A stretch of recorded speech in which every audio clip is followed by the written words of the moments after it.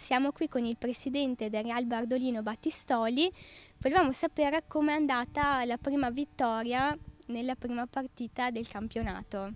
Sì, è stata una grande soddisfazione per tutti noi in quanto si inizia una stagione nuova, un campionato difficile perché la Serie A2, come sappiamo tutti, è un campionato abbastanza impegnativo, difficile, squadre che sono attrezzate tutte ormai, non ce n'è una da seconda serie o di terza serie. Importante aver iniziato col piede giusto e continuare così. Un'altra domanda, presidente. La prossima domenica ci sarà il derby con il Valpo Pedemonte. Si sa che è una squadra forte e si è rafforzata rispetto all'anno scorso.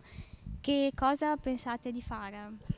Ma l'abbiamo già provato in Coppa Italia, l'abbiamo già conosciuta questa nuova realtà, diciamo che si è molto in effetti rinforzata.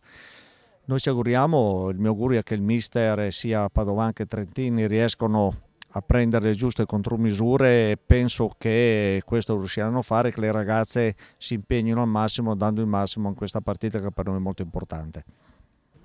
Siamo qui con il capitano Silvia Ecker.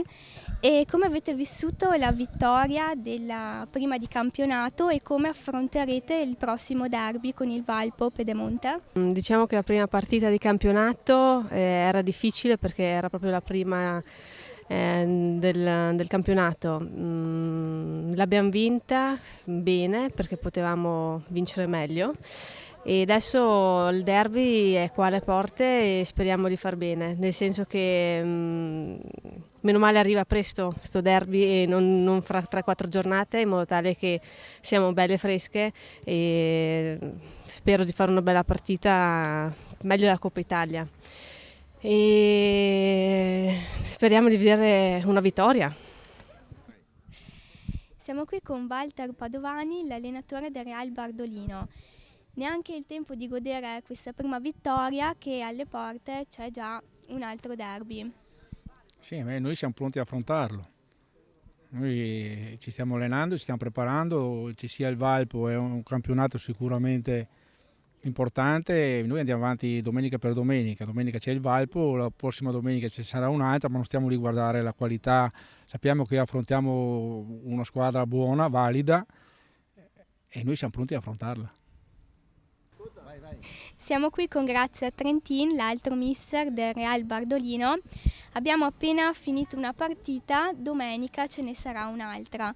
Quali accorgimenti si prenderanno?